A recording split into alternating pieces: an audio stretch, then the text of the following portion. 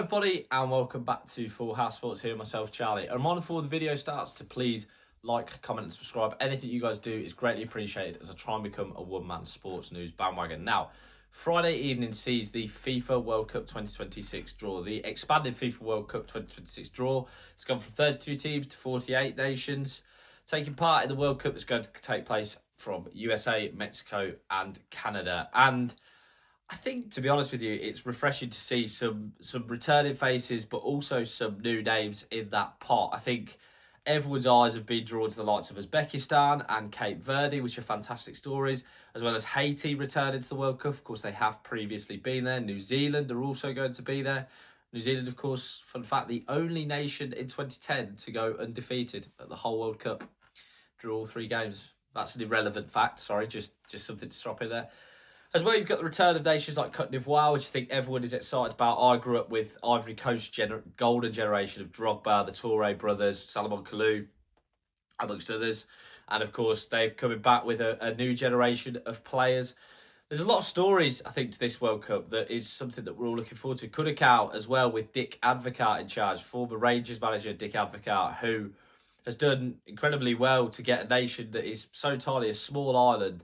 Yes, it should be said, none of the players for Curaçao currently ply their trade actually born in the country. All of them are Dutch-based nationals who have played now for the island instead of playing for the Netherlands.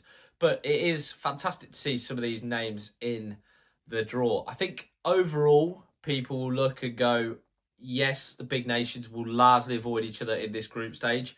Pot 1, of course, has pretty much all the top contenders alongside the 3 co-hosts. Pot 2 does see Croatia and Morocco, who were, of course, semi-finalists back in 2022. That World Cup doesn't, I know it was winter, but it doesn't feel that long ago, to be honest with you. I suppose it wasn't really. But yeah, Morocco's semi-finalists are in Pot 2. Pot 3, Scotland are there. They're back at the World Cup, of course they are. And listen, fair play to the Scots as well to get themselves in that position. It'll be interesting to see who they get. They'll probably want to be avoiding a really tough draw. And Pot 4, yes, does feature some nations where you're looking and going, oh, that could be cricket scores when they play. But it will also feature the Interconfederation playoff winners, which means that for Northern Ireland, Wales and Republic of Ireland, they'll be very interested to see who they get in that. Alongside, of course, Italy, who haven't yet secured their qualification. And that will be very interesting. Another team in Pot 2 that I've just remembered now is Uruguay, who are probably another one that some of the European nations like England will want to be avoiding.